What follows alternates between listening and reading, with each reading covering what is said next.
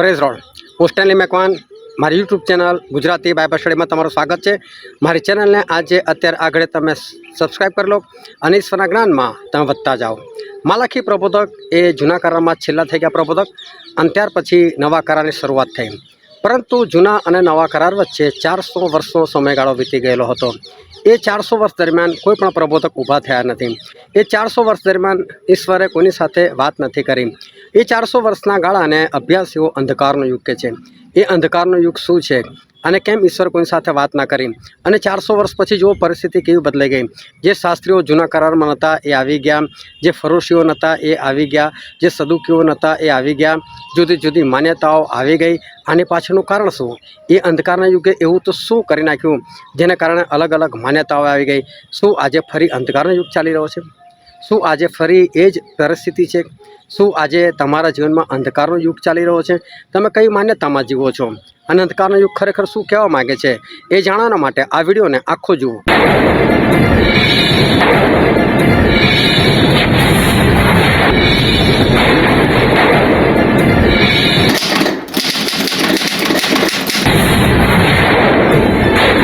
ઈશ્વર પિતાના પુષ્કળ આભાર માનીએ કે આજે ફરીને એક વખત ઈશ્વર આપણને સર્વને જીવતા રાખ્યા, આપણને તાજગી તંદુરસ્તી આપી, માટે આપણે ઈશ્વરનો આભાર માનીએ।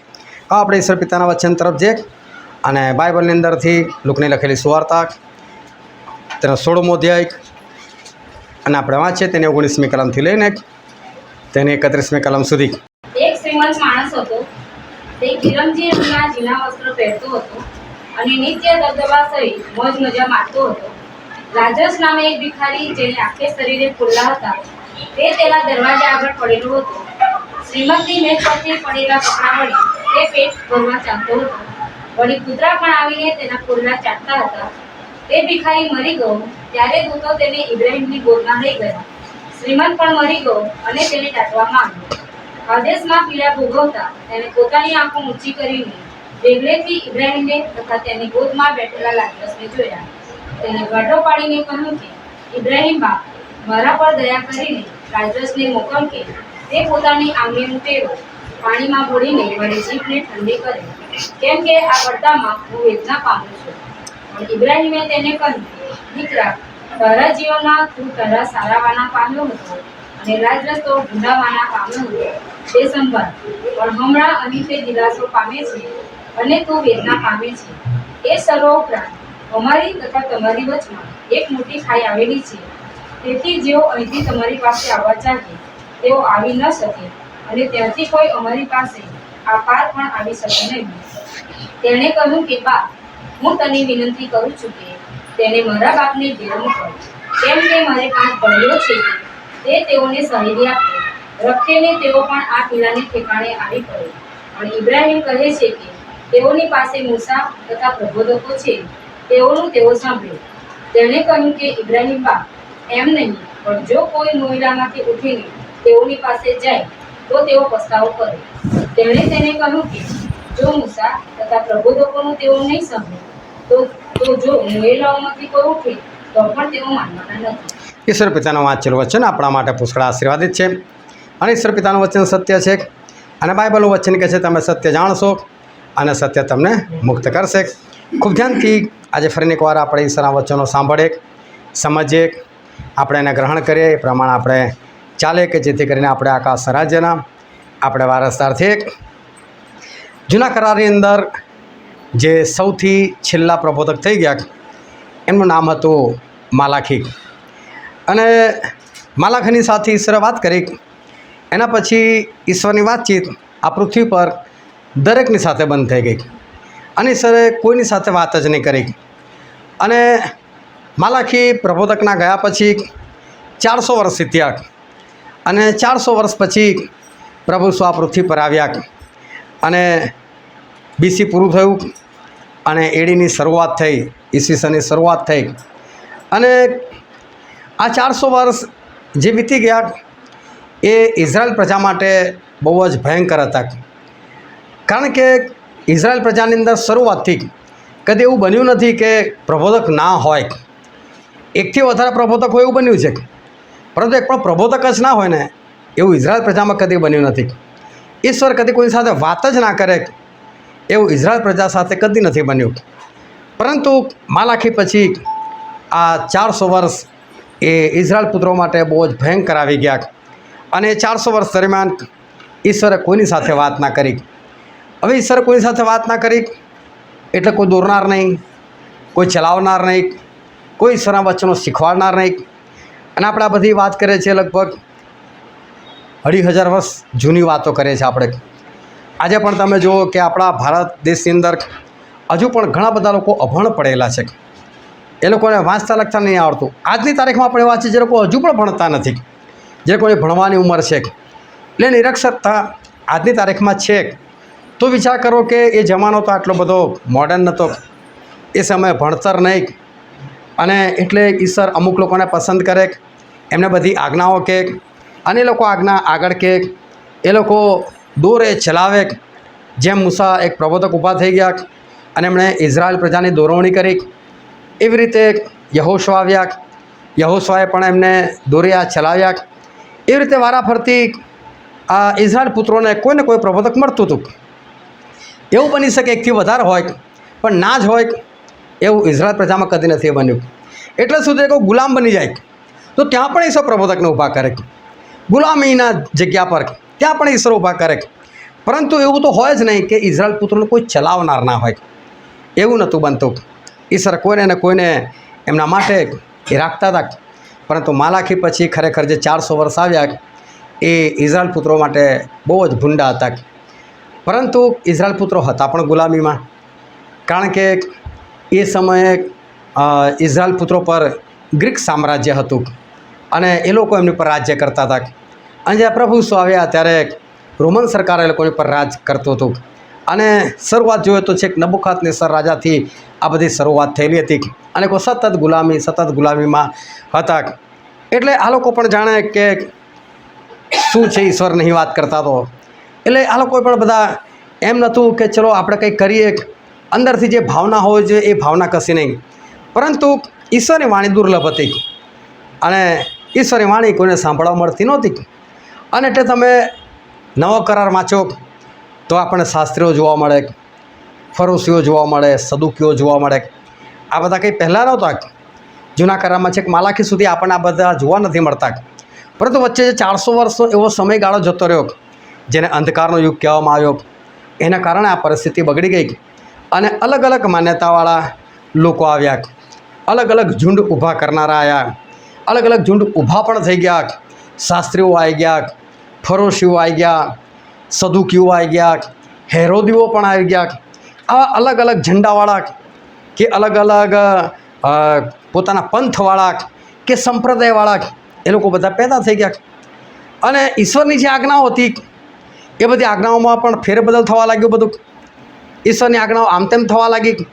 ઈશ્વરે જે મૂસાને આપેલી હતી અને ઈશ્વર જે રીતે શીખવાડતા હતા, મૂસાએ જે રીતે શીખવાડેલું એ બધું લોકોએ બદલી નાખેલું હતું આજ્ઞાએ જ. પરંતુ એમણે કંઈ પરિવર્તન કરી નાખેલું. અને એક કલમ આપણે વાંચીએ, માથીની લખેલી સુવાર્તા 53મો અધ્યાય અને શરૂઆતથી વાંચો તો. તે પ્રસંગે યરૂશલેમથી ફરોશીઓ તથા શાસ્ત્રીઓ ઈસુની પાસે આવીને કહે છે કે તારા શિષ્યો વડીલોના સંપ્રદાયનું ઉલ્લંઘન કેમ કરે છે? જો કે તારા શિષ્યો વડીલોના સંપ્રદાયનું ઉલ્લંઘન કેમ કરે છે? એટલે અમારા જે વડીલોએ સંપ્રદાય બનાવ્યો છે, એ લોકોએ જે પંથ સ્થાપ્યો છે એનું ઉલ્લંઘન કેમ કરે છે? ઈશ્વરની વાત નથી. જો કે ઈશ્વરે જે બનાવ્યું છે, ઈશ્વરે જે આજ્ઞા આપેલી છે એ આજ્ઞા કેમ તારા લોકો તોડે છે? એવું નથી કહેતા. અમારા વડીલો જે સંપ્રદાય ઊભો કરેલો છે, બહુ જૂની વાત છે, પણ એ સમયે અલગ સંપ્રદાય ઊભા થઈ ગયેલા હતા અને એ લોકો પોતાની આજ્ઞાઓ એ પાડતા હતા. આજે તમે જુઓ કે આજે તમારે એક મંડળી સ્થાપવી હોય ને તો એ મંડળી સ્થાપવાના માટે તમારે અમુક કાયદા કાનૂન તમારે બનાવવા પડે અને કાયદા કાનૂન બનાવીને તમારે ચેરિટી કમિશનરને આપવા પડે અને લોકોને કહેવું પડે કે અમે આટલું આટલું કરીશું. અને ભારતના કાયદા પ્રમાણે હવે સુવાર્તા પ્રગટ કરવાના માટે કોઈ પણ પરમિશન આપવામાં નથી આવતી. કોઈ પણ ચેરિટી કમિશનર હવે તમને આ પરમિશન આપવા તૈયાર નથી કે ભાઈ તમે સુવાર્તા પ્રગટ કરી શકો. હવે મંડળીનું કામ શું? સુવાર્તા પ્રગટ કરવાનું. એ તો તમે લખી જ નહીં શકતા. તમે માગી નહીં શકતા, માગો છો તો મળતું નથી, અને છતાં તમે સ્વાર્થતા પ્રગટ કરો તો તમે ખોટું કરો છો, કારણ કે તમે તો ત્યાં ના પાડી કે અમે નહીં કરીએ, અને પછી તમે રજિસ્ટ્રેશન કર્યું, તમે કહો છો કરો છો તો રજિસ્ટ્રેશન થતું જ નથી. એટલે ભાઈ તમારે તમારા કાયદા લખવા પડે છે. ભાઈ અમે આવું આવું કરીશું, અમે વિધવાઓની સહાય કરીશું, અમે અનાથોની સેવા કરીશું, આવું બધું પછી લખીને આપવું પડે કે જે બાઇબલની બહારની વસ્તુ હોય એવી તમારે લખીને આપવું પડે કે અમે આવું આવું કરીશું. તારે તમને એ લખીને પરમિશન આપે કે હા ભાઈ તમે આ સંસ્થા શરૂ કરી શકો. આ એવી કંઈક વાત છે. અને કહે કે તારા શિષ્યો એ વડીલોના સંપ્રદાયનું કેમ ઉલ્લંઘન કરે છે? એટલે મારા વડીલો જે બધા મંડળી સ્થાપીને ગયા, એ લોકો જે પંથ સ્થાપીને ગયા, એનું ઉલ્લંઘન કેમ કરે છે આ લોકો કહે છે. એટલે 400 વર્ષ પહેલાં નહોતું કશું, ત્યારે પ્રભુ તો કોની સાથે શરૂઆત કરતા હતા, બધા દોરવણીમાં હતા. તો કમસે કમ આજ્ઞા માનો છો નથી માનતા પછીની વાત છે, પણ આજ્ઞા યોગ્ય રીતે તો હતી, યોગ્ય રીતે આવતી તો હતી બધાની પાસે. પણ 400 વર્ષ જે ઈશ્વરે વાત ના કરીને એમાં બધી ગરબડો થઈ ગઈ. આ શાસ્ત્રી, ફરોશીઓ, હેરોદીઓ, સદુકીઓ, આ લોકો બધા આવી ગયા. એ લોકોને ચલાવનાર કોઈ નહોતું, એટલે બધાને પોતપોતાને જે રીતે યોગ્ય લાગે એ રીતે બધા ચાલવા લાગ્યા. અને ન્યાયાધીશોના પુસ્તકની અંદર એક વચન લખેલું છે, આપણે વાંચીએ તેનો 17મો અધ્યાય અને 6ઠ્ઠી કલમ. તે વખતે ઇઝરાયલમાં રાજા ન હતા. એક માણસ પોતપોતાની નજરમાં જે સારું લાગતું તે કરતો. હા, શું કહે? કોઈ ચલાવનાર નહોતું. રાજા એટલે ચલાવનાર, કોઈ ચલાવનાર ના હોય. એટલે દરેકને પોતાની નજરમાં જે સારું લાગતું એ કરતો. એટલે પાછું એ બધાને કેવું લાગે અમે સારું કરી રહ્યા છે, અમે ખોટું કશું નથી કરતા, અમે બધું બરાબર કરી રહ્યા છીએ. એ શાસ્ત્રીઓ હોય તોય, ફરોશીઓ હોય તોય, સદુકીઓ હોય તોય, આ બધા લોકોને એવું લાગે અમે જે કંઈ માનીએ છીએ, જે કંઈ કરે છે એ બધું અમે સારું જ કરી રહ્યા છીએ, અમે કશું ખોટું નથી કરતા. ફરી આગળ લખેલું છે ન્યાયાધીશોનું પુસ્તક તેને 21મો અધ્યાય અને 25મી કલમ. એ સમયે ઇઝરાયલમાં કોઈ રાજા ન હતો. દરેક માણસ પોતાની નજરમાં જે ઠીક લાગતું તે કરતો. તો ફરી એકવાર લખેલું છે, કોઈ રાજા નહોતો, કોઈ ચલાવનાર નહોતું. અને એટલે માણસો શું કરતા? પોતપોતાની નજરમાં જે સારું લાગે ને એ કરતા હતા. એનો મતલબ એ લોકો જે કરે છે ને એ ભલે ઈશ્વરની નજરમાં ભૂંડું જ છે, ખોટું જ છે, પણ એ લોકોને એવું નહોતું લાગતું અમે કશું ભૂંડું કરી રહ્યા છીએ. આજે કંઈક વચન ધ્યાનથી સમજજો, અને ના મળે તો કોઈ વાંધો પણ સાંભળજો, કારણ કે આજનું વચન જે છે એ એક સત્ય તમને બતાવીને જવાનું છે કે આપણી આસપાસ આજે શું થઈ રહ્યું છે, આપણે કઈ દુનિયામાં આપણે જીવી રહ્યા છીએ. આના માટે ખાસ ધ્યાનથી સમજો. ઇઝરાયલ પુત્રો પાસે રાજા નહોતો, મતલબ કોઈ ચલાવનાર નહોતું અને કોઈ ચલાવનાર નહોતું. એટલે એ લોકોને જે સારું લાગતું હતું એ લોકો કરતા હતા. એટલે એ લોકો જે કરતા હતા એમાં એમને ખરાબ નહોતું લાગતું. એ લોકોને એવું લાગતું અમે સારું કરી રહ્યા છીએ, પણ ઈશ્વરની દૃષ્ટિમાં સારું છે કે નહીં એ લોકોને ખબર નહોતી. એટલે આ લોકો કહે છે એ શાસ્ત્રીઓ, ફરોશીઓ, પ્રભુને તારા શિષ્યો કેમ વડીલોના સંપ્રદાયનું ઉલ્લંઘન કરે છે. અને જે માથીની સુવાર્તા આપણે વાંચતા તેનો 15મો અધ્યાય ત્યાં આગળ વાંચો જ્યાંથી અટકેલા. કેમ કે તેઓ હાથ ધોયા વગર રોટલી ખાય છે. પણ તેણે તેઓને ઉત્તર દીધો કે તમે તમારા સંપ્રદાયથી દેવની આજ્ઞાનું ઉલ્લંઘન કેમ કરો છો? કેમ કે દેવે કહ્યું છે કે તું તારા બાપનું તથા તારી માનું સન્માન કર, ને જે કોઈ બાપની અથવા માની નિંદા કરે તે જાનથી માર્યો જાય. પણ તમે કહો છો કે જે કોઈ પોતાના બાપને કે માને કહેશે કે જે વડે મારાથી તને લાભ થયો હોત તે દેવને અર્પિત છે, તો તે ભલે પોતાના બાપનું કે પોતાની માનું સન્માન ન કરે. હા, જો પ્રભુ સે વાત કરી આ લોકો કહે કે તારા શિષ્યો એ અમારા વડીલોના સંપ્રદાયનું ઉલ્લંઘન કેમ કરે છે? એટલે અમારા વડીલોએ જે મંડળીઓ સ્થાપી, જે સંસ્થાઓ સ્થાપી, એના જે નીતિ નિયમો છે એ નિયમો કેમ પાડતા નથી? કેમ એ લોકો હાથ ધોયા કે રોટલી ખાવા બેસી જાય છે? તો પ્રભુ એ લોકોને કહે છે કે હવે એ લોકોની વાત છોડો, કે છે તમે તમારા સંપ્રદાયથી, ધ્યાનથી સમજો, તમે તમારા સંપ્રદાયથી, તમારી સંસ્થાઓથી તમે કેમ દેવની આજ્ઞાનું ઉલ્લંઘન કરો છો? કારણ કે બાઇબલમાં એવું લખેલું છે કે મા બાપનું સન્માન કરવું, અને જે સન્માન ના કરે એ માર્યો જાય. પણ તમે લોકો એવું શીખવાડી દીધું છે કે તમે તમારા મા બાપને કહી દો કે તારી પાછળ અમારો જે ખર્ચો થાય છે એ દેવને અર્પણ, અને પછી ભલે તમે સન્માન ના કરો ચાલશે કે છે. પણ આ લોકોને કેવું લાગતું? અમે તો સારું જ કર્યું છે ને. એ લોકોને એવું લાગતું હતું કે કોઈ ચલાવનાર નહીં એ લોકોને. એટલે આ લોકોને કેવું લાગ્યું અમે સારું કરે છે, અમે ભૂંડું કરે છે એવું તો ખબર જ નથી. આ તો પ્રભુ શું આવીને એ લોકોને જાહેર કર્યું કે તમે જે કરો છો તમને ભલે સારું લાગતું હોય, પરંતુ ખરેખર આ કંઈ સારું નથી. એટલે જે અંધકારનો યુગ આવ્યો, જેમાં ઈશ્વર કોઈ સાથે વાતચીત ના કરી, એટલે વાતાવરણ બધું બદલાઈ ગયું. લોકોને પોતાની દૃષ્ટિમાં જે સારું લાગ્યું એ બધું કરવા લાગ્યા. એ લોકોની બધાની માન્યતાઓ બદલાઈ ગઈ અને બધા પોતપોતાની માન્યતાઓ પ્રમાણે એ લોકો બધા ચાલવા લાગ્યા. અને આ શિષ્યો પ્રભુના ગયા પછી એ લોકોએ ઉપદેશ કરવાનું શરૂ કર્યું, એ લોકોએ સત્ય ફેલાવવાનું શરૂ કર્યું. તો તમે જોજો, શિષ્યોને માર્યા છે, એ લોકોને હેરાન કરેલા છે. કોઈ અન્ય જાતિએ નહીં. કોણે કરેલા છે? પોતાના લોકોએ. પાઉલ એવું કહે છે કે આ સુવાર્તા પ્રથમ મારે તમને કહેવાની જરૂર હતી, પણ તમે તો પોતાને અનંત જીવન પામવા માટે અયોગ્ય ઠરાવો છો. તમે તો મને પથ્થરા મારવા ઊભા થઈ જાઓ છો, તો હું વિદેશીઓ પાસે જઈશ. કે મને સર તો વિદેશીઓ પાસે જવાનું કીધું છે. એટલે પાઉલ પછી વિદેશીઓ તરફ વળ્યા. અને જો કોરિન્થની મંડળી અને ગલાતીઓની મંડળી, આ બધી અન્ય જાતિની મંડળી કેવી ફટાફટ બનવા લાગી. અને તમે વાંચો, જ્યારે પાઉલને પથ્થર મારવામાં આવે છે તો કહે છે કેટલાક યહૂદીઓ આવ્યા કે છે, એ લોકોએ પથ્થર મરાવ્યા બધાને ઉશ્કેરી, મારો લાને પથ્થર. પણ જે અન્ય જાતિના હતા એ લોકો કશું નહોતું બોલ્યા. આ લોકો પણ જે આ લોકો આવેલા, કેમ? એ લોકોની સંસ્થા બની ગયેલી, એ લોકોના નીતિ નિયમો બની ગયેલા. હવે નીતિ નિયમોને સાચા માને એ લોકો ચાલતા હતા, અને આ બાજુ જે લોકો સત્ય શીખવાડતા હતા એ લોકોને ગમતું નહોતું. આ કેમ આવું શીખવાડે છે? અમારા વડીલો શીખવાડે છે એવું કેમ નથી કરતા? પણ પ્રભુ શું કહેતા હતા? તમે તો દેવની આજ્ઞાનું ઉલ્લંઘન કરો છો. મારા શિષ્યો તમારા બાપ દાદાની આજ્ઞાનું ઉલ્લંઘન કરે ચાલે? તમારા બાપ દાદા કઈ બહુ મોટા છે? શું મોટા પ્રબોધકો થઈ ગયા? તમે તમારી મરજીથી બધું ચાલુ કર્યું, એને પાડવાની શી જરૂર છે? પણ તમે લોકો તો કે દેવની આજ્ઞા તમે તોડી નાખેલી છે. અને પ્રેરિતોના કૃત્યોમાં લખેલું છે ત્યાં 23મો અધ્યાય અને તેની 7 અને 8મી કલમ. તેણે એમ કહ્યું ત્યારે ફરોશીઓ તથા સદુકીઓની વચ્ચે તકરાર ઊભી થઈ અને સભામાં પક્ષ પડ્યા. કેમ કે સદુકીઓ માને છે કે પુનરુત્થાન નથી અને દૂત અથવા આત્મા પણ નથી, પણ ફરોશીઓ એ બંને વાત માન્ય કરે છે. Hallelujah, hallelujah, hallelujah. હાલેલુયા. જો ધ્યાનથી સમજો, ઈશ્વર વચન આજે આપણને શું શીખવાડવા જઈ રહ્યું છે. પાઉલે એ લોકોએ બધાએ પુનરુત્થાનની વાત કરી નાખી. તો પુનરુત્થાનની વાત કરે તો બધા એક મનના હતા. એ શાસ્ત્રીઓ હોય, ફરોશીઓ હોય, સદુકીઓ, બધા એક મતે આ પાઉલને તો આજે મારીએ આપણે. અચાનક પુનરુત્થાનની વાત થઈ એટલે એ લોકો પક્ષ પડ્યા. ફરોશો કે એ તો છે જ યાર, પુનરુત્થાન તો છે જ, આપણે માનીએ છીએ.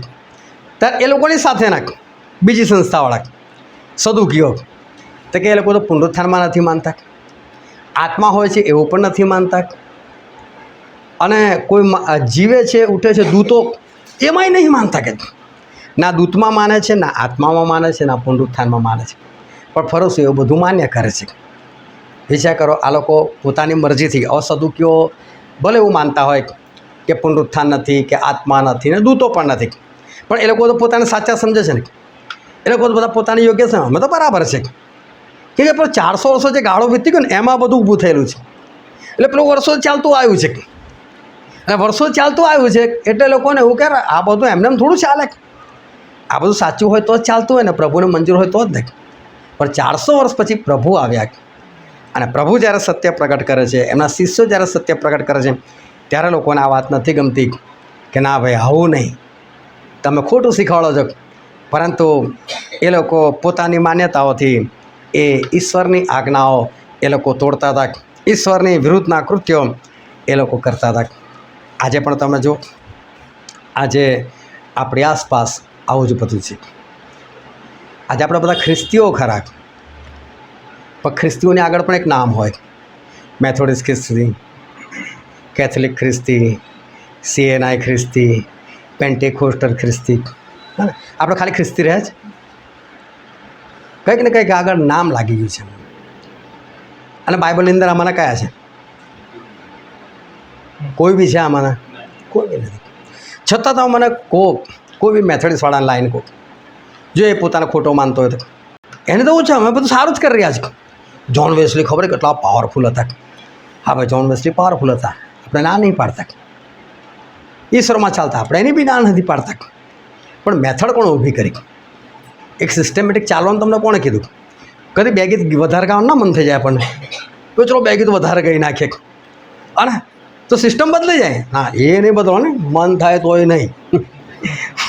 એ તો આ પ્રમાણે જ ચાલવાનું, બરાબર. આ તો હું એનો સભ્ય જ મને ત્યાંની બધું ખબર. બીજી બધી મંડળોમાં કેટલું આમ તેમ છે મને નથી ખબર, પણ તમે તમારી મંડળી તપાસી જોજો, જે બી મંડળીના સભ્યો હોય શું જે રીતે ઈશ્વર કહે છે એ રીતે બધું ચાલતું હોય છે, એ રીતે બધું નથી ચાલતું હોતું. આ બાબતની અંદર માણસને એવું છે કે અમે બરાબર જ ચાલીએ છીએ, એમને એવું નથી કે અમે ખોટું કરી રહ્યા છીએ. કારણ કે જે અંધકારનો યુગ આવ્યો ને, અને જે કંઈ બધી ઘટનાઓ બની ગઈ, અને જે કંઈ અંધકાર શરૂ થઈ ગયો એ બધાની અંદર ઘૂસી ગયો છે, અને બધાને એવું જ લાગે છે કે અમે જે કંઈ કરીએ છીએ એ જ બરાબર છે, અને અમારાથી કશું પણ ખોટું નથી. માન્યતાઓ બદલાઈ જાય છે તો પણ એ લોકોને કદી પણ ખોટું એ દેખાતું નથી. આજે પવિત્ર આત્મા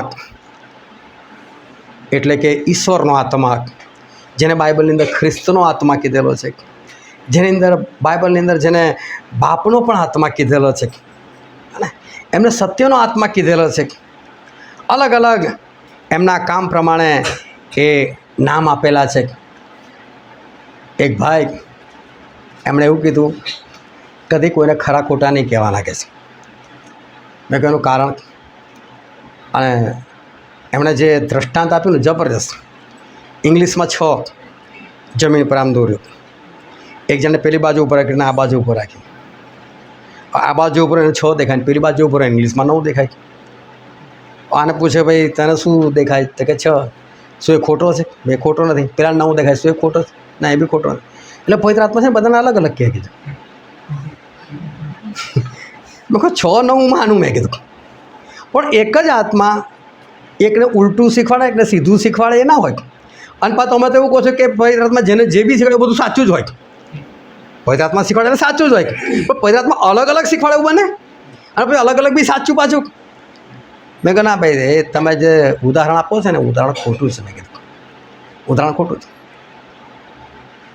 એટલે માણસ જે છે ને એ ખોટા ઉદાહરણો આપી શકે, પરંતુ એવું નથી.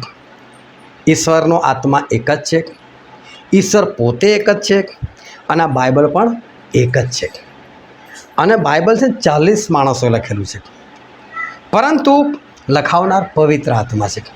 કારણ કે તમે ઉત્પત્તિ વાંચો, આદિ દેવ આકાશ તથા પૃથ્વી ઉત્પન્ન કરે, પૃથ્વી અસ્તવ્યસ્ત તથા ખાલી હતી. કોણ લખ્યો? હા, મૂસાએ લખ્યો. મૂસાએ વખતે હતા તો મૂસાને કેમ નહીં ખબર? એટલે પવિત્ર આત્મા કીધું ભાઈ લખાવું, સમજ્યા? ઓ પવિત્ર આત્મા બીજા કોઈને બોલાવીને કંઈ બીજું લખાવે? પવિત્ર આત્મા જ વસ્તુ લખાવશે ને. એટલે આ બધા 40 માણસો જે કંઈ લખ્યું ને એ પોતાના મગજની કલ્પના નથી. એ લોકોએ જે કંઈ લખ્યું પવિત્ર આત્માની દોરવણીમાં લખ્યું, પવિત્ર આત્માથી લખ્યું. પવિત્ર આત્મા અલગ અલગ રીતે લખાવડાવ્યું. કોઈને આખું દર્શન દેખાડે, આ જોઈ લે બધું જોયું, હા ચાલ આ બધું લખી નાખે. પછી બોલે નહીં પવિત્ર આત્મા, તે જોયું ને એ બધું લખ. તમે પ્રેક્ટિકલ વાંચો તો યુહાને એવું કહ્યું, તે જોયું ને બધું લખ. પહેલાં આખું દેખાડ્યું ને સ્પષ્ટ, અને પછી કે તે જેવું જોયું એ વસ્તુ લખ કે છે. તે જે સાંભળ્યું એ તે લખ. એટલે અલગ અલગ રીતે લખાવ્યું, પણ લખાવનાર કોણ છે? પવિત્ર આત્મા. હવે પવિત્ર આત્મા જે રીતે લખાવે ને એ જ તમને સમજાવી શકે કે ખરું અને સાચું શું છે. બરાબર. હું કહું છું મને બધું આવડે છે, મને બધું આવડે છે, તો ફરી એ જ વસ્તુ બોલું, મને બધું આવડે છે. એ શબ્દ છે ને, હવે શું થઈ ગયું? પ્રસાદ થઈ ગયો. ખરેખર આવડે છે કે નહીં?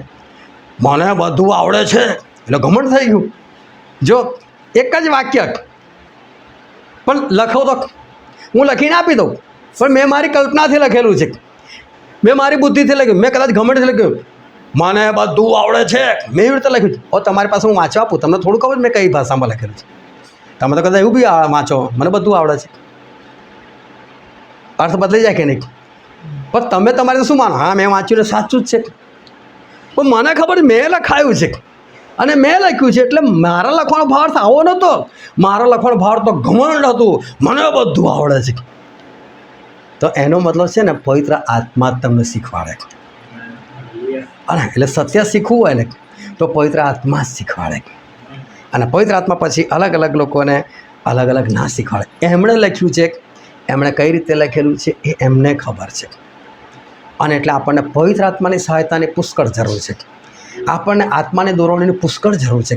કારણ કે જ્યારે દોરવણી નથી ને ત્યારે ઇઝરાયલ પુત્રો ભટક્યા ને. દોરવણી નથી તો શાસ્ત્રીઓ ફરોશે સદુકીઓ આવ્યા ને. પણ દોરવણી હોત તો ના થાત આવું. ઈશ્વરની હાજરી એ લોકોની મધ્ય હોત તો ના થાત આવું.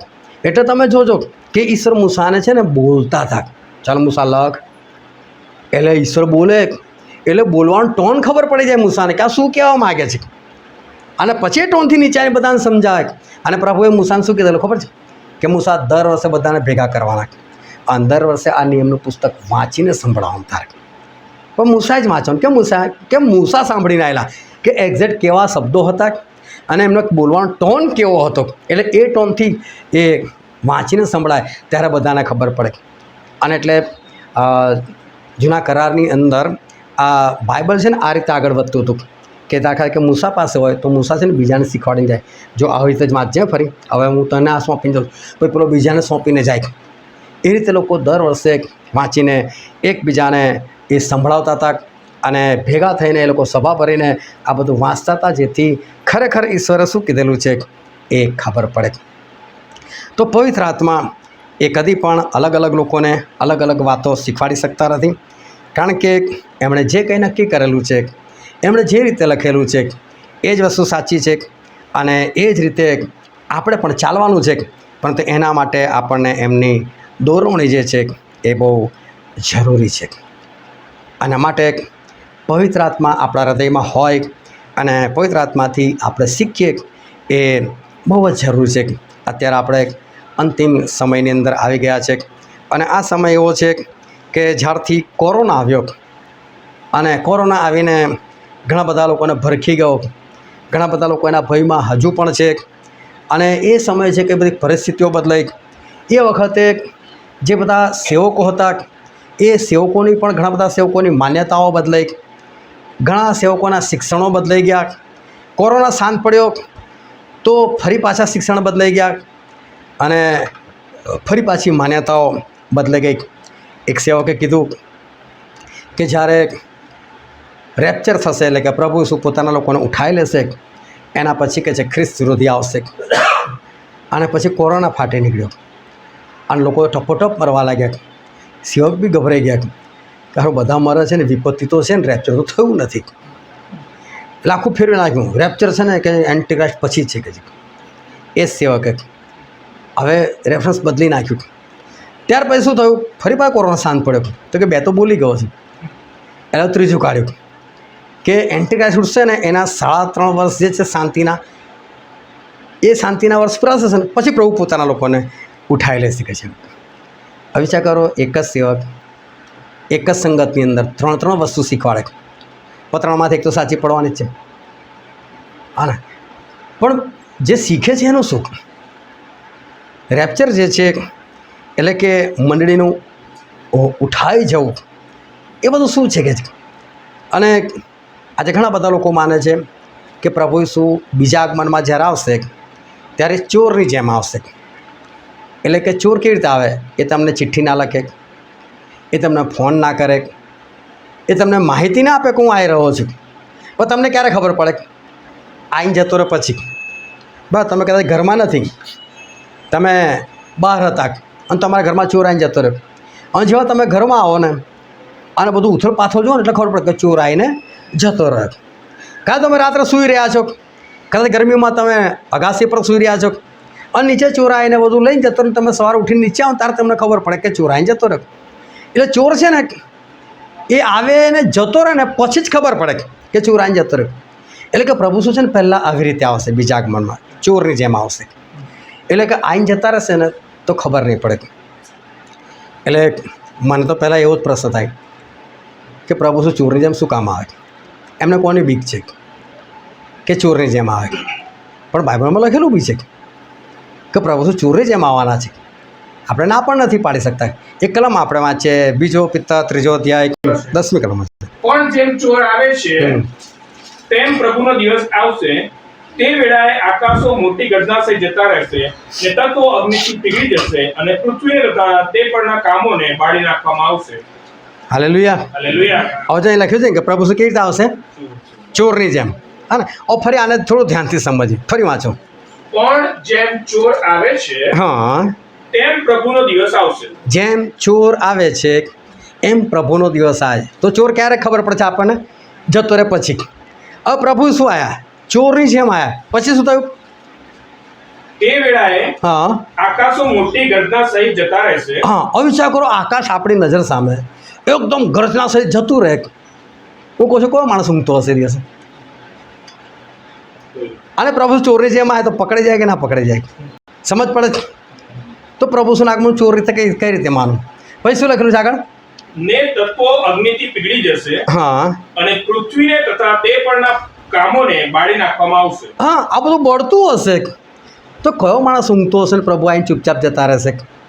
પૃથ્વી બળતી હશે એવું લખેલું. પૃથ્વીને બાળી નાખવામાં આવશે. ચલો બીજી એક કલમ વાંચીએ આપણે. પહેલો થેસલોનિકી તેના 5મો અધ્યાય અને તેની 1, 2, 3 કલમ. પણ ભાઈઓ, સમય તથા પ્રસંગો વિશે તમને લખવાની કંઈ પણ અગત્ય નથી, કેમ કે તમે પોતે સારી રીતે જાણો છો કે જેમ રાતે ચોર આવે છે તેમ પ્રભુનો દિવસ આવે છે.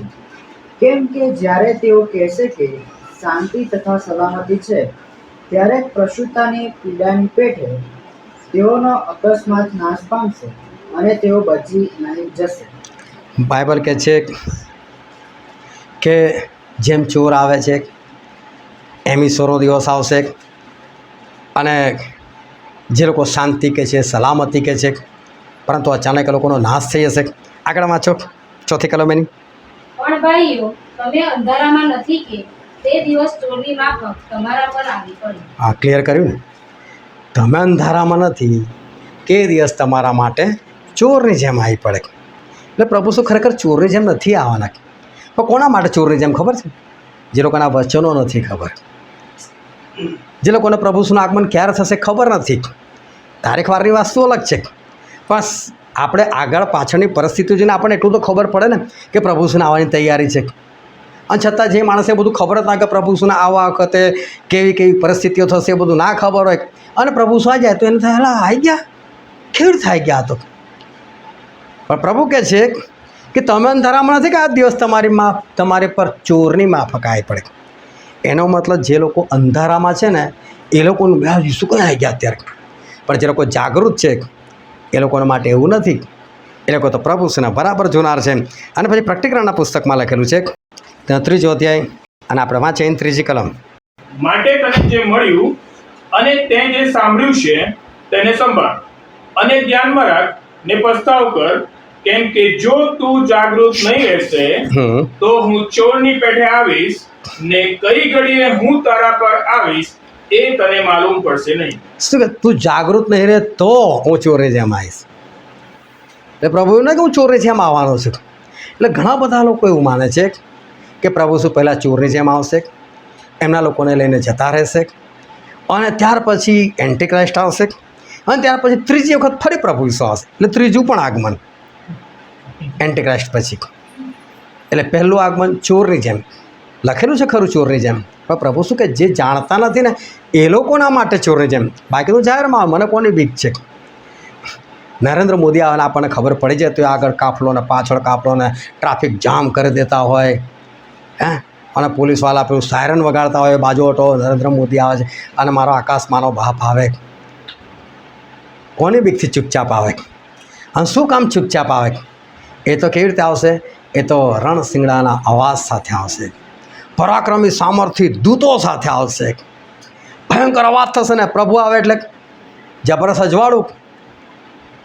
જ્યાં જ્યાં સૂરજ ઉગેલો હશે ત્યાં તો બીજો સૂરજ જબરદસ્ત અજવાળું થઈ જશે. જ્યારે આ થશે ને ત્યાં પણ અજવાળું થઈ જશે. આ લોકો વિચાર કરશે કે શું થઈ ગયું આ બધું?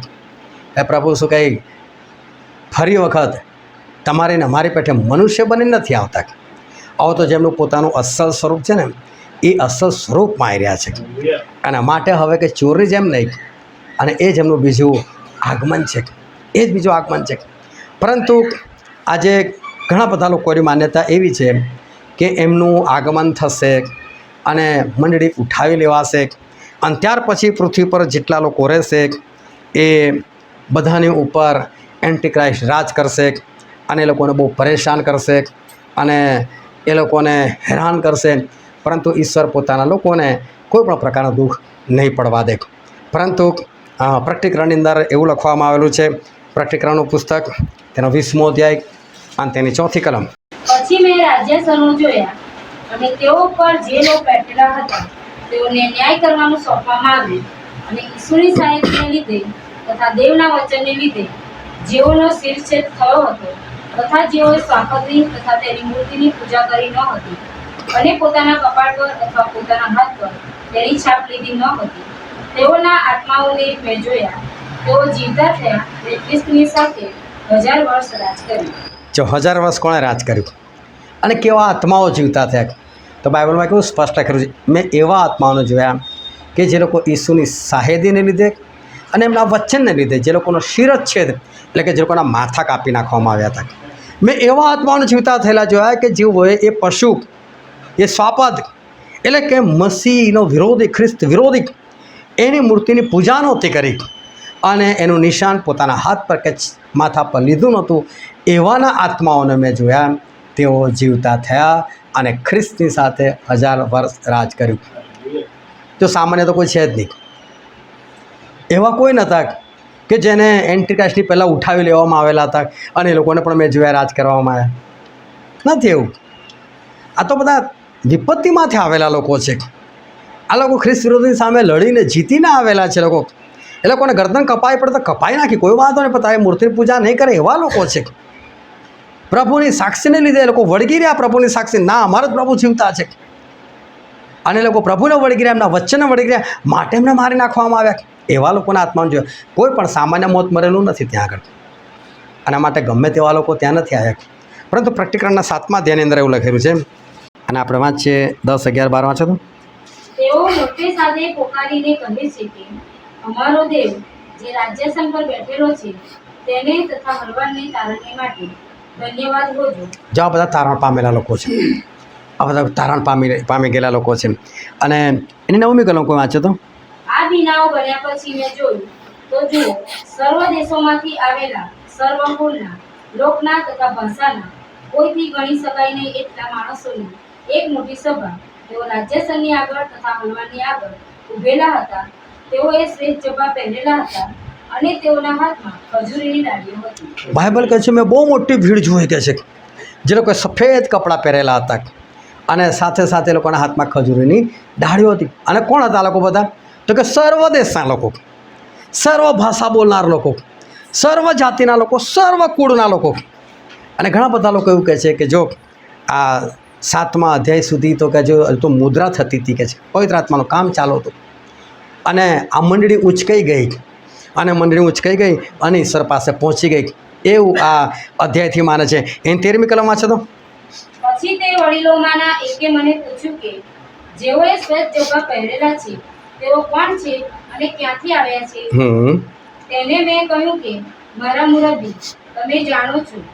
તેણે મને કહ્યું જેઓ મોટી વિપત્તિમાંથી આવ્યા તેઓ એ છે. હા, જેઓ મોટી વિપત્તિમાં આવ્યા. આ સ્પષ્ટ તો લખેલું છે કે આ લોકો બધા કંઈ ખાલી ખાલી નતા પહોંચી ગયા.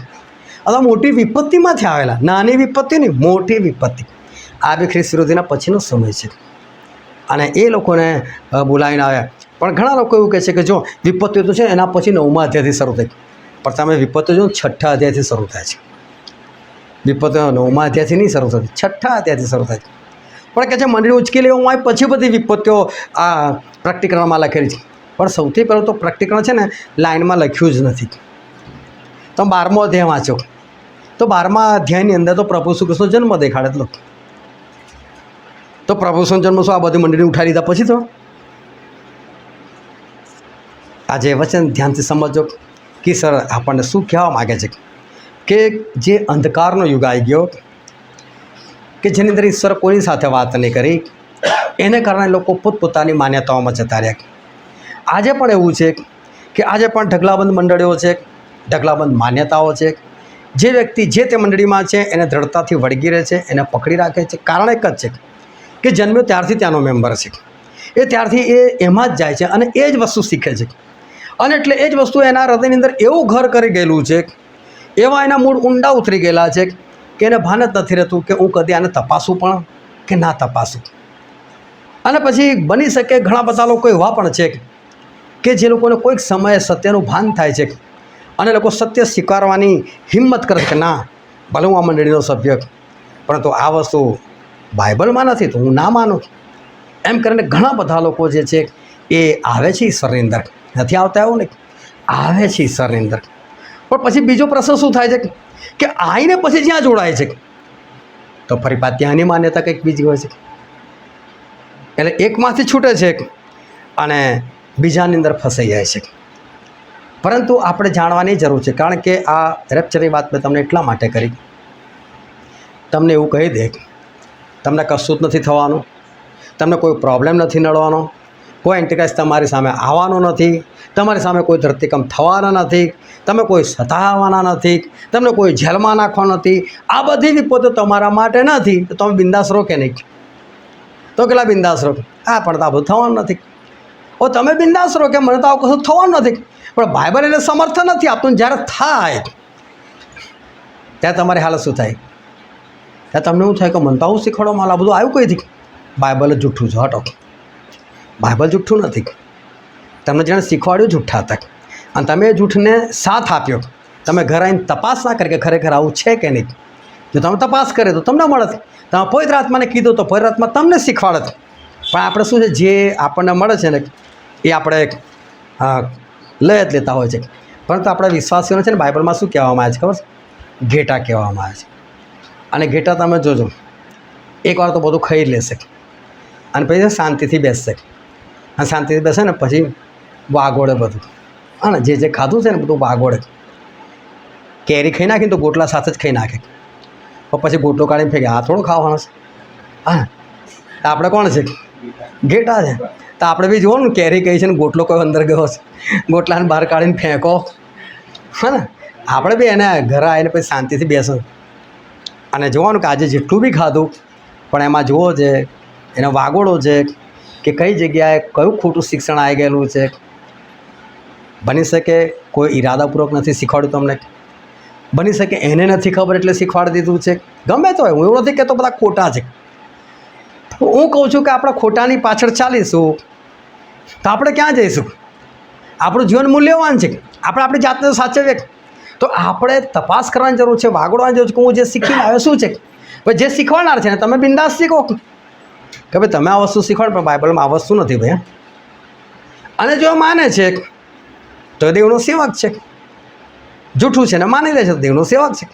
પણ નથી માનતો તો પછી તમે પડતો મૂકો એને કે ભાઈ તું તો મને આવી રીતે મને લઈ જઈશ નાશમાં. હું તને સીધી રીતે કહું છું કે ભાઈ માની જા તો આપણે બહુ આગળ વધીએ.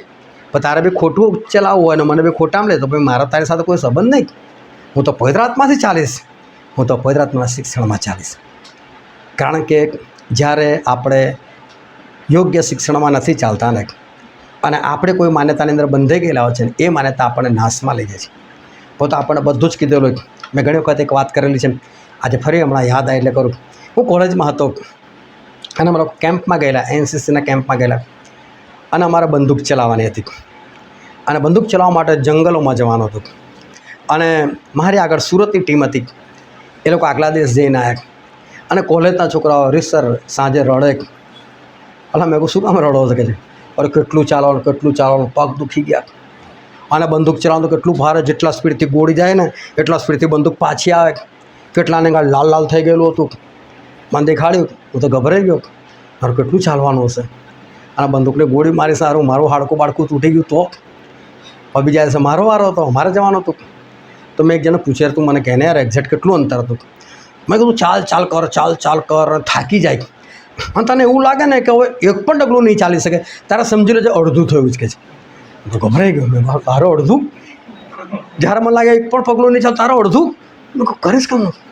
હું તો ચાલ કરું અને મારી જાતને આશા સાં હવે તો કંઈ થાક્યો છું, હવે તો બેસી જાય પરિસ્થિતિ, તો અડધું નથી થયું, તો મારે ઘણું કાપવાનું. અને અચાનક ખબર પડે કે જગ્યા આવી ગઈ. હું જગ્યા આવી ગઈ પણ તૈયાર કેમ થયો હતો? આગળ પહેલાં મને શીખવાડેલો આવું. એણે ભલે મારી મજાક કર્યો કે ગમે તે કરે, પણ હું મેન્ટલી તૈયાર કે મારે બહુ જ ચાલવાનું છે, હું થાકી જઈશ અને જ્યારે મારાથી નહીં ચલાવ્યું હોય ત્યારે તો અડધું જ થયું હશે અને પછી બી મારે તો ચાલવાનું છે. એટલે હું મેન્ટલી પ્રિપેર થઈ ગયો, તૈયાર થઈ ગયો અને એટલે પછી હું ચાલી શક્યો બિંદાસ. પણ તો બંદૂક ચલાવવાની હતી.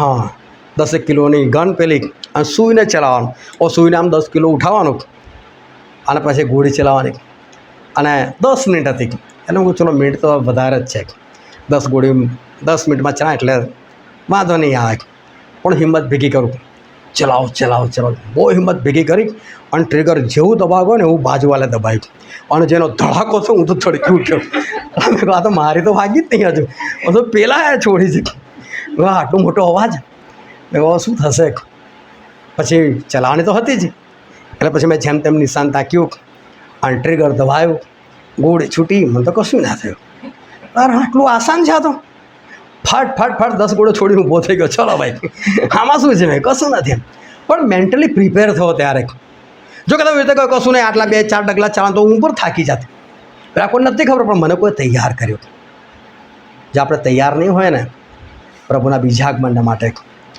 એન્ટી ક્રાઇસ્ટને માટે એની સતાવણીને માટે એને અધિકાર આપે કે પવિત્ર લોકોને મારે જો આપણે તૈયાર નહીં હોય ને અને જો આ પરિસ્થિતિ આવશે ને તો આપણે થાકી જઈશું હારી જઈશું અને આપણે પ્રભુને છોડી દઈશું એક કામ કરો તું તારી છાપ આપી દે આ રીતે તો કેમનું જીવવાનું એમ થઈ જશે પણ તમે તૈયાર હશો ને તો તમે એ દિવસ બહુ શાંતિથી પસાર કરે ખબર જ હતી ને આવું થવાનું થવા દો તારે ભોગવી લઈશું જોઈ લઈશું તમે એ રીતે તૈયાર થાઓ કારણ કે જૂઠી માન્યતા છે ને આપણને મારી નાખે છે જે વચન વાંચ્યું ને ત્યાં ધનવાન માણસ હતો ધનવાન વિશે ઘણું બધું આપણે સાંભળી ગયેલા છે પરંતુ એને એક જ વાત હું તમને આજે કરવા માગું છું કે ધનવાનનું કેવું હતું કે એ પોતે તો જતો રહ્યો નરકમાં એણે બધું સ્વીકારી લીધું એ સારાવાના પામેલો આજે ભૂંડાવાના એની આજે આપણે વાત નથી કરવી પરંતુ એ જ્યારે ઇબ્રાહીમને કહે છે કે ઇબ્રાહીમ બાપ કશું થઈ શકે એવું નથી હું એ બાજુ નથી આવી શકતો લાજસ આ બાજુ નથી આવી શકતો મને પાણી નથી મળવાનું કશું જ નહીં ઓ જે છે મારી પરિસ્થિતિ તો આ જ છે પરંતુ ઇબ્રાહીમ બાપ એક કામ કરો કે છે ખાલી લાજરસને મારા ભાઈઓની પાસે મોકલો ને કે છે મારા બાપના ઘરે મોકલો ને મારા 5 ભાઈઓ છે કે અહીંયા જ આવવાના છે કેમ અહીંયા જ આવવાના છે એમને ખબર છે કે હું કેવી રીતે જીવતો હતો ને મારા 5 ભાઈઓ બી કેવી રીતે જીવી રહ્યા છે એટલે કે એ લોકો મરવાના જ છે ને અહીંયા જ આવવાના છે એટલે કે તમે લાજરસને ત્યાં મોકલો કે તો કે જે લોકોની પાસે મૂસા નહીં કે છે બીજા સેવકો નથી એ લોકો પાસે પ્રબોધકોના પુસ્તકો નથી વાંચે સમજે સેવકો જે કહે છે માને અને ત્યારે જે શબ્દ વાપરે છે અને એ કહે છે આપણે વાંચી જ લે એમ લોકની લખેલી સુવાર્તા તેનો 16મો અધ્યાય 28 કેમ કે મારે 5 ભાઈઓ છે કે તેઓને સહાયતી આપે રખીને તેઓ પણ આ પીડાને ઠેકાણે આવી પડે પણ ઇબ્રાહીમ કહે છે કે તેઓની પાસે મૂસા તથા પ્રબોધકો છે તેઓનું તેઓ સાંભળે તેણે કહ્યું કે ઇબ્રાહીમ બાપ એમ નહીં હા ઇબ્રાહીમ બાપ એમ નહીં કહે છે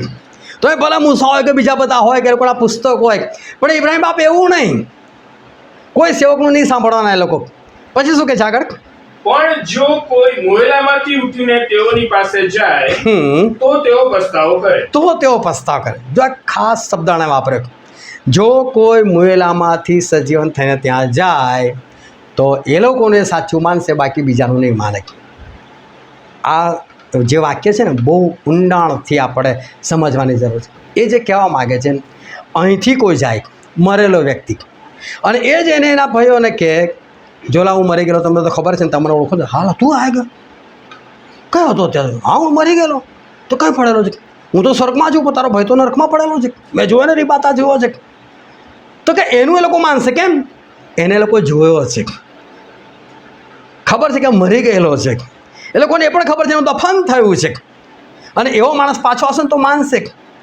કેમ કે એણે સ્વર્ગ પણ જોયું છે અને એણે નર્ક પણ જોયું છે એટલે એનું સાચું માનશે એનો શું થયો ખબર છે કે જ્યારે બધા પ્રબોધકો સેવકો એ જ્યારે આની પાસે બેસતા હશે અને આ પુસ્તકો એટલે બાઇબલમાંથી બધું શીખવાડતા હશે ઝોલા સ્વર્ગ છે ઝોલા નર્ક છે તો આ શું કહે તે જોયું તું ગયેલો ત્યાં તારી પાસે કોઈ સાબિતી છે ફાલતુ વાત બંધ કર નહીં મારે સાંભળો ચાલ આ બધું લખેલું છે ખાલી અને બની શકે 5 ભાઈઓ જોડો હોય તારા આવું થતું હોય બની શકે આને એકલાની સાથ થતું હોય અને એના ભાઈઓને કહે જવા દે ને આ તો એક સેવક આવી ગયેલો માથું ખરાબ કરી નાખ્યું મારું આ સ્વર્ગ નર્કની વાત કરી મેં ચોખ્ખું જ કહી દીધું જોયું તે તું ગયો તે જોવા તારી પાસે કોઈ આવ્યું મરેલું વ્યક્તિ જ્યાં કોઈ વ્યક્તિ લાય તું સાચું માનું બાકી ના માનું એટલે પેલા ભાઈઓની અંદર બી માન્યતા દ્રઢ થઈ નહીં માનવાનું આપણે બી એટલે આ કહે છે સમજાવનારા સમજાવતા હતા ને સત્ય શીખવાડતા હતા ને, અંધકારનો યુગ એવો છે, અંધારાનું શિક્ષણ એવું છે, એ અંધારું એટલે શૈતાનનું શિક્ષણ એવું છે. એ 400 વર્ષ ઈશ્વરે વાત ના કરી તો સદુકીઓ, ફરોશીઓ, શાસ્ત્રો કોના દ્વારા આવ્યા? શું ઈશ્વર દ્વારા આવ્યા? શું ઈશ્વરે કીધું કે તમે અલગ અલગ પંથ નાખો? તો કોના દ્વારા થયું? જો શિવ બોલો, કોના દ્વારા થયું? હા, અંધકાર, શૈતાન. આજે થઈ રહ્યું કોના દ્વારા થઈ રહ્યું? તો આ સમજવાની જરૂર છે. આપણે જે સમજીએ છીએ ને એવું નથી. ઈશ્વરનું વચન એ ભયંકર તલવાર છે. એ વાગે છે ને તો 2 કટકા કરી નાખે છે. એ જીવન આત્માને છૂટા કરી નાખે છે. ઈશ્વરનો શબ્દ પરાક્રમી, સમર્થ અને 2 ધારી તલવાર કરતાં વધારે તીક્ષ્ણ છે. પરંતુ એ જ બચાવી શકે. એ વાગે ને તમે વિંધાઈ જાઓ ને અને તમે માનો કે હા હવે હું વિંધાઈ ગયો, પ્રભુએ પાટાપિંડી કઈ રીતે કરવાની, તો તમે બચી જાઓ. પણ તમે સામે તરવા લઈને, ભાલો લઈને એને મારવા દોડો તો કશું ના થાય. માન્યતામાંથી બહાર આવવું પડે. આને એના ભાઈઓને જે શીખવાડેલું, એ લોકોએ ભેગા મળે જે કરેલું, એને ખબર છે કે મારા ભાઈઓ નહીં બચે, અહીંથી જશે તો જ. જે કંઈ ખોટી માન્યતા હતી એના કારણે આ નર્કમાં પડ્યો છે. પરંતુ એણે પોતે કદાચ વિચાર્યું હોત, એણે કદાચ પોતે ધ્યાન રાખ્યું, એણે પોતે કદાચ પુસ્તકો આમ તેમ ફેંદ્યા હોત, એણે પવિત્ર આત્માને પૂછ્યું, પવિત્ર આત્માને બોલ્યા, શું પવિત્ર આત્માને ના શીખવાડત કે હા બેટા, મારે આની જરૂર પડી, નરક બનાવવાની જરૂર પડી, મારે ત્યાં શૈતાનને નાખવાનો છે, એ બહુ હેરાન કરે છે લોકોને, એટલે મારે નાખવાનું. તમને લોકો નથી નાખવાના, પણ તમે એવા કામ કરશો તો તમે જશો. ના, પવિત્ર આત્મા શીખવાડતા પ્રભુ શું ના કીધું, તમે પાપ કરશો તમે પાપમાં મરશો. આના માટે સત્ય છે ને આપણે શીખવાની તાકાત આપણે પણ રાખવાની છે. પવિત્ર આત્માને આપણે અંદર રાખવાના છે. કોઈ તો ગમે તે શીખવાડી જાય. હા, આપણું શરીર છે. કેમ ખાતી વખતે આપણે વિચાર કરીને ખાઈએ છીએ? રવિવારે જ ખાવાનું બનાવવાનું હતું અને એક બેને ટામેટું કાપ્યું બહારથી, બહુ સરસ, પણ અંદર જીવડા પડેલા હતા ને એ બી નરી આંખે વહેલા દેખાય નહીં એવા. મેં કહ્યું આ ટામેટામાં કેટલા જીવડા છે, શું કરું? શું કરું? શું ફેંકી દો? એ થોડું ખાવાનું છે. હા ને, આપણા શરીરમાં ગમે તેવું થોડું નાખવાનું છે. આ તો આત્મામાં નાખવાની વસ્તુ છે. ગમે તેવું થોડું નાખી દો, કોઈ બી ગમે તે શીખવાડીને જતો રહે ને આપણે માની લઈએ. ના, લખો, મિટિંગ પછી બેસો, મને આજે બરાબર શીખવાડ્યું કે નહીં, બાઇબલમાં છે કે નહીં, આવું માનો. સત્ય હશે તો માનો, જૂઠ છે તો એને જ પકડો. ભાઈ તે જૂઠું કેમ શીખવાડ્યું? કહો એને કે જો ભાઈ બાઇબલમાં તો આ પ્રમાણે લખ્યું, જે બી ખુલાસો છે કરશે, નહીં હોય તો એ માની લેશે તો બહુ સારું, પણ નથી માનતો અને તમને બી ખોટા રસ્તે લઈ જાય તો પછી એને છોડો. આ સીધું સત્ય છે. પરંતુ આપણે આપણા આત્માને બચાવવાનો છે, આપણે આપણા આત્માને સ્વર્ગ સુધી પહોંચાડવાનો છે. એ ધનવાન માણસ પોતાના આત્માને ના બચાવી શકો પોતાની માન્યતાને કારણે, અને એ જ માન્યતાને કારણે એને નર્કમાં બીક લાગે છે કે મારા ભાઈઓ અહીંયા આવશે, અને હવે એના ભાઈઓ માટે કશું કરી પણ નથી શકતો. આપણે જીવતે જીવ આપણે પોતે સત્ય જાણી શકીએ છીએ, અને આપણા સગાઓને સત્ય જણાવીને આપણે એમને પણ સ્વર્ગમાં લઈ જઈ શકીએ છીએ. તો આપણે જીવતે જીવ આ કામ કરી લઈએ. હાલેલુયા. આવા આપણે આંખોને બંધ કરીએ, આપણા મસ્તકો એ જીવતા દેવની હજરોમાં નમાય. વાલાઓ, સમય છે કે આપણે આપણા આત્માની સાથે વાત કરીએ. આ સમય છે કે આપણે પોતાની પરીક્ષા કરીએ. આ સમય છે કે આપણે એ વિચારે કે હું કંઈ અંધકારના યુગનો તો નથી, અંધકારનું શિક્ષણ તો મારી અંદર નથી, આજે મારી અંદર કોઈ ખોટું શિક્ષણ તો નથી, આજે હું જે પ્રમાણે ચાલું છું શું ખરેખર દેવનું વચન છે, આજે હું જે પ્રમાણે જીવન જીવું છું તે પ્રમાણે ખરેખર દેવનું વચન છે કે નહીં. કારણ કે વાલાઓ, આપણી પાસે આ પૃથ્વી પરનો જ સમય છે કે જેમાં આપણે યોગ્ય રીતે ચાલીને સત્ય શીખીને આપણે આકાશ રાજ્યમાં જઈ શકીએ છીએ. પણ ત્યાં ગયા પછી આપણે પસ્તાવ કરીએ એનો કોઈ અર્થ નથી, અને ત્યાર પછી આપણા જીવનમાં કશું થવાનું પણ નથી. અને માટે આપણે પોતાની જાતને આપણે એવા બનાવીએ કે જેથી કરીને આપણે આકાશ રાજ્યના વારસદાર બને. આપણે કોઈ ખોટી બાબત તરફ નહીં, પરંતુ પવિત્ર આત્મામાં આપણે વધીએ, પવિત્ર આત્માથી આપણે શિક્ષણ પ્રાપ્ત કરીએ અને આપણે એને તપાસીએ, એનો ખુલાસો જોઈએ, અને એ રીતે આપણે આકાશ રાજ્યના આપણે વારસદાર બને. આ વચન સમજવા માટે, ગ્રહણ કરવા માટે, એ પ્રમાણે ચાલવાના માટે પ્રભુ ઈસુ ખ્રિસ્તની કૃપા આપણા દરેક પર થાવ.